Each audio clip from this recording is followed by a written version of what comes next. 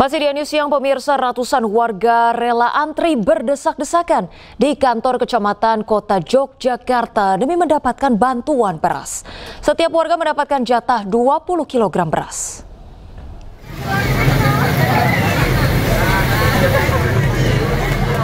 Kantor Kecamatan Mantri Jolan Kota Yogyakarta ini ramai dipenuhi warga yang rela antri panjang dan berdesakan untuk mendapatkan paket bantuan pangan beras yang disalurkan Bulog wilayah Yogyakarta Minggu siang. Bagi warga, bantuan pangan beras baru pertama kali dirasakan sepanjang tahun 2025 ini. Warga bersyukur karena cukup memenuhi kebutuhan pangan sehari-hari di tengah mahalnya harga beras di pasaran. Seneng nggak, Bu? Enak. Udah lama nggak pernah dapat, baru ini. Ini Bu dapat berapa ini, Bu? Ini 20 kilo. Dapat 20 kilo. Lumayan ya, dari jam 9 sampai jam sekarang tadi. Lebih. Jam ya, hampir 1 jam.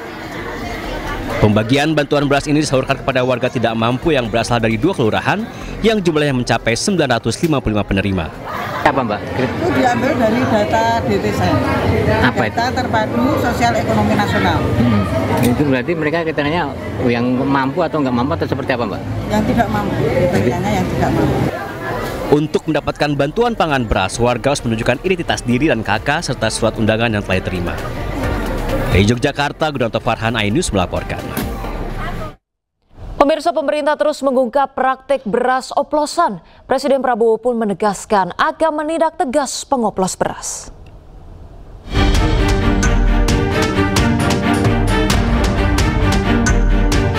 Sidak pasar terus dilakukan ke Bentan, selain untuk mengecek harga beras, tetapi juga untuk mencegah beras oplosan beredar di masyarakat. Presiden pun terus menyoroti tindak pengoplosan beras. Bahkan Presiden menyebut mengoplos beras adalah kejahatan ekonomi luar biasa. Masih banyak ada permainan-permainan jahat dari beberapa pengusaha-pengusaha ya, yang menipu rakyat. Beras biasa dibilang beras premium, harganya dinaikin seenaknya. Ini pelanggaran. Ini saya telah minta Jaksa Agung dan polisi mengusut dan menindak pengusaha-pengusaha tersebut tanpa pandang bulu. Saya dapat laporan kerugian yang dialami oleh bangsa Indonesia adalah 100 triliun tiap tahun. 100 triliun tiap tahun. Berarti 5 tahun 1000 triliun. Ini kejahatan ekonomi yang luar biasa. Menteri Pertanian Andi Amran Sulaiman sempat buka-bukaan di depan anggota DPR RI. Mentan menyebut ada belasan pegawai Kementan yang diduga terlibat dalam praktek beras oplosan. Mereka pun telah menonaktifkan para pegawai ini. Sementara itu, Satgas Pangan Polri terus menelusuri dugaan pengoplosan beras. Kasus ini menjadi perhatian karena diduga kerugian akibat kasus ini mencapai 99 triliun rupiah per tahun.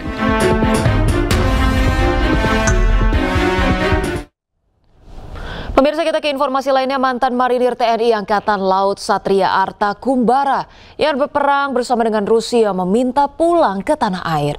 Permintaan pulang Satria beredar luas di media sosial. Bapak Presiden Republik Indonesia, Bapak Prabowo Subianto, Bapak Wakil Presiden Republik Indonesia, Bapak Gibran Rakabumi, dan Bapak Menteri Luar Negeri Republik Indonesia, Bapak Sugiono. Video permintaan pulang Satria Arta Kumbara diunggah melalui akun TikTok @ZSROM689. Satria merupakan mantan prajurit TNI Angkatan Laut yang bergabung dengan prajurit di Rusia dan menandatangani kontrak dengan Kementerian Pertahanan Rusia. Permintaan dipulangkannya ke tanah air lantaran Satria dikabarkan menghadapi pencabutan status kewarganegaraan Indonesia oleh otoritas Rusia. Dalam unggahannya, Satria mengaku tidak mengetahui konsekuensi terkait dengan status kewarganegaraannya akibat menyepakati kontrak dengan Kementerian Pertahanan Rusia. Untuk kalian semua, mohon izin Bapak, saya tidak pernah mengkhianati negara sama sekali, karena saya niatkan untuk datang ke sini hanya untuk mencari nafkah. Wa kafa billahi syahida, dan cukuplah Allah sebagai saksi. Saya pamit dengan Ibu, saya cuci kaki, saya mohon doa restu, dan saya berangkat ke sini. Dengan adanya hal tersebut, dicabutnya kewarganegaraan saya, itu tidak sebanding dengan yang saya dapatkan, mohon izin Bapak. Dengan ini, saya memohon kebesaran hati Bapak Prabowo Subianto, Bapak Gibran, Bapak Sugiono, mohon kebesaran hati Bapak untuk membantu mengakhiri kontrak saya tersebut dan dikembalikan hak kewarganegaraan saya untuk kembali ke Indonesia. Pemirsa, Ketua Harian MNC Peduli Jessica Tanusudibyo meraih penghargaan Perempuan Berbakti Award yang digelar di Gedung Bidakara Tebet, Jakarta Selatan. Award yang diinisiasi oleh Corporate Forum for CSR Development ini sebagai bentuk apresiasi atas peranan dan kepedulian kaum perempuan dalam pembangunan masyarakat dan pelestarian lingkungan. Corporate Forum for CSR Development atau CFCD sukses menggelar ajang penghargaan Circular Economy and Sustainability Awards (CESA) dan Perempuan Berbakti Awards 2025. Ajang bergengsi ini menjadi apresiasi kepada para perempuan yang telah menorehkan prestasi dan kemajuan baik di lingkungan perusahaan, pemerintahan, dan juga di tengah masyarakat.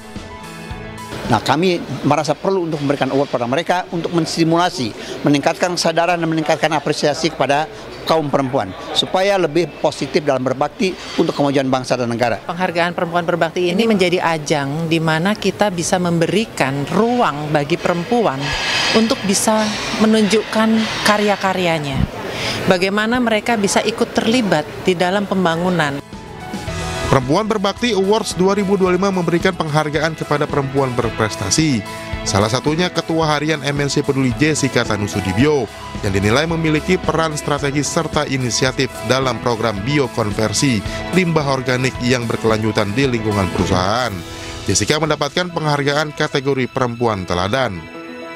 Bu Jessica ini banyak inovasi sehingga sebagai tokoh nasional perempuan kita melihat begitu gebrakannya luar biasa. Beliau mempunyai hak untuk mendapatkan apresiasi. Dengan adanya penghargaan kepada para perempuan ini tentunya kepedulian dari seluruh pihak ya, terutama CFCD untuk lebih ikut kepedulian dalam hal pemberdayaan perempuan Indonesia di segala sektor. Perempuan berbakti ini merupakan bentuk pengakuan dan kesetaraan gender serta memotivasi perempuan Indonesia agar dapat mengambil peran dalam pembangunan negara. Dari Jakarta, Steven Patinama, Raga Firdaus, Aulia Syah Ramadan, iNews melaporkan.